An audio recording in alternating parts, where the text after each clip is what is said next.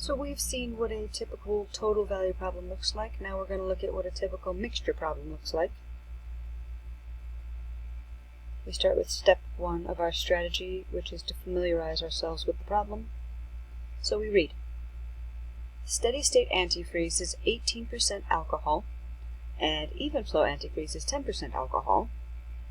How many liters of each should be mixed to get 20 liters of a mixture that is 15% alcohol?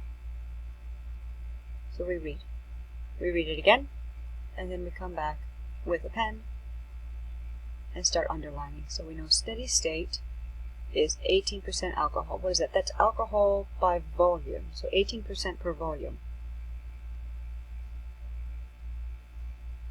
Even flow is 10% alcohol.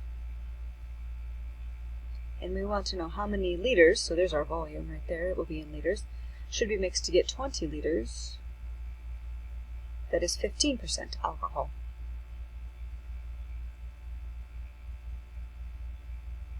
So as we did before, we'll list what we have been given and what we were asked to find, just to keep ourselves organized. We are given that steady state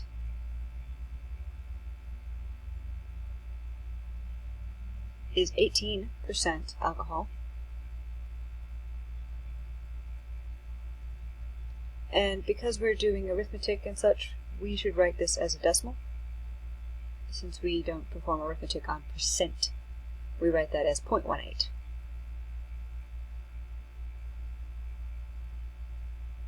Even flow is 10% alcohol. And we write that as 0.10. We want a total volume 20 liters. And a total concentration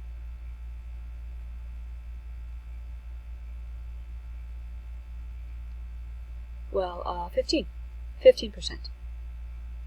So 0.15.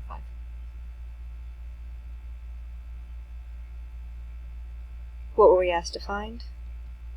We go back and look. How many liters of each?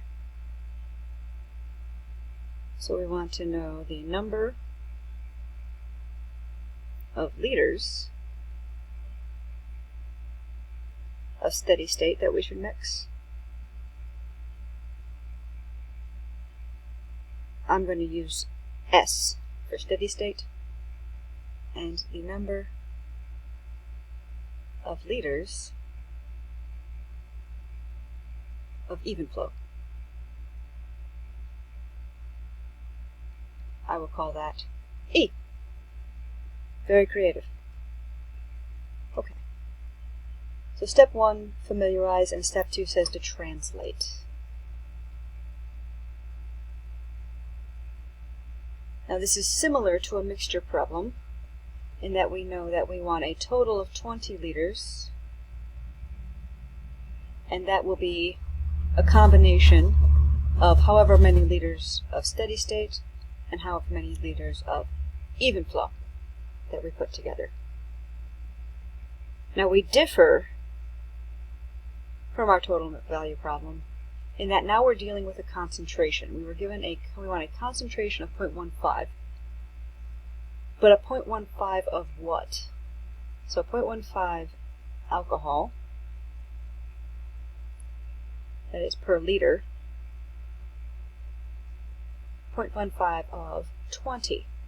We want a total of 20 liters. Okay. The truth is, whenever you're doing something with units, the units on one side of the equation must match with the units on the other side of the equation.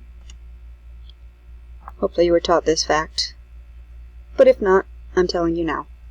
You absolutely must match units on both sides. So I'm going to copy this style, concentration by number of liters, on this side of my equation. Where did this 0.15 of 20 come from? It comes from the concentration of the steady state times how much of the steady state I use, plus the concentration of the even flow and how much of that even flow I use. So this defines our system. We can clean this up a little bit. We say, fine, what is this actually? 20 times 0.15 should give me 3. So I change my second equation to something a little cleaner. I'll say 3. That's a little premature on the equal sign. There we go. 3 is 0.18 s plus 0.10 e. I'll just rewrite this so that everyone's on the same line. Okay, this is my system. Step 3 says do the algebra stuff, which for us means solve the system of linear equations. We can go with substitution or we can go with elimination. They both work equally well. I'd like to show you elimination again. And I will eliminate e. So we eliminate e.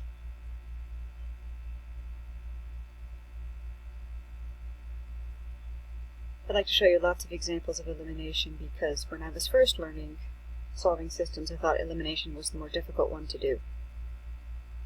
You may disagree with me. What I'm going to do is notice that I have a 0.10e here and a 1 here, so I will multiply the entirety of equation 1 by a negative 0.1.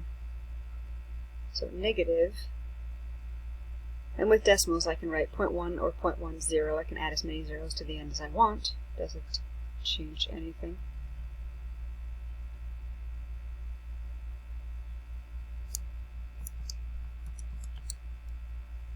So negative 0.1 times 20 gives me a negative 2. I get a negative 0.1 s and a negative 0.1 e.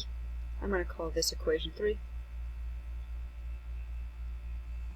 And that takes care of the first bit of our elimination algorithm. Second bit of our elimination algorithm says take 3, this new equation, and add it to the equation that you didn't alter. We did not alter number 2.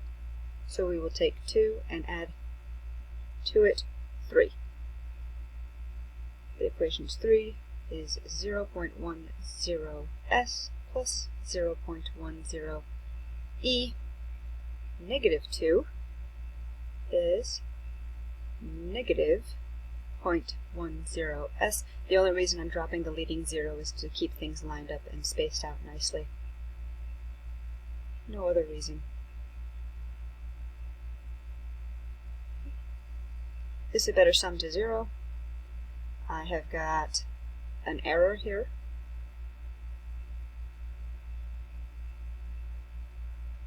That's 0.18. Here we go. 0.18 minus 0.1 leaves me with a positive 0.08 s. 3 minus 2 leaves me with 1 plus 0 is what that should say. I can divide 0.08 divide 0.08, and I should have 1 divided by 0.08 gives me 12.5. 12.5, and that is the number of liters of steady state.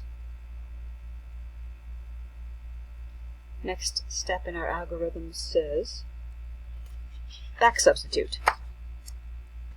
Back substitute in one of the original equations and find out what E is. We shrinky-dink and have a look. It seems that the simplest one to choose is equation number 1. So we will back sub into equation number 1. The back sub step. I have 20 is s plus e. I have got that s is 12.5.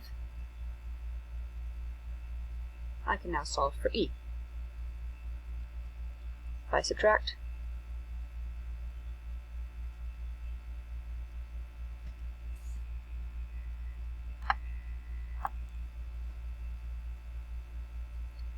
should give me 7.5.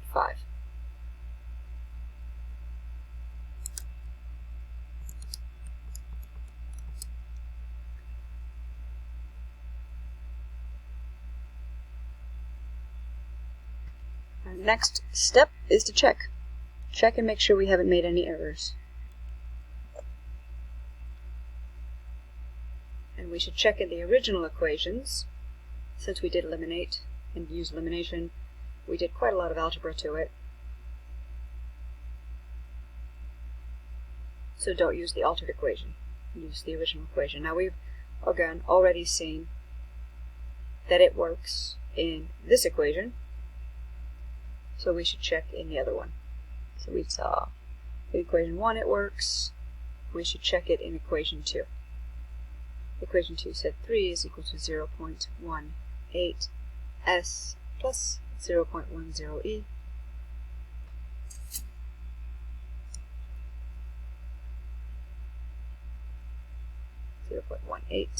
And then s we said was 12.5, 0.10, and e is 7.5.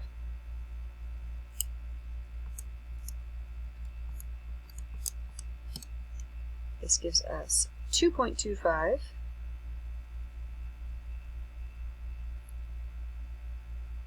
And those of you who are good at sums in your head, we very much hope that this next one comes out to be 0.75, and it does. Multiplying by a 0.10 tells me that I can actually just shift the decimal 1 to the right, 1 to the left, excuse me. I don't know my directions. And that's 0.75. And that does indeed add to 3. Excellent. Step 5 says, conclude. We should mix 7.5 liters of even flow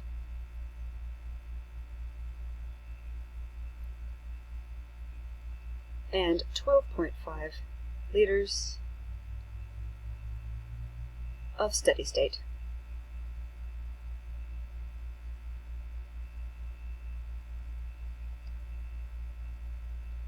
And if you have never heard the song Even Flow by Pearl Jam, you should look it up.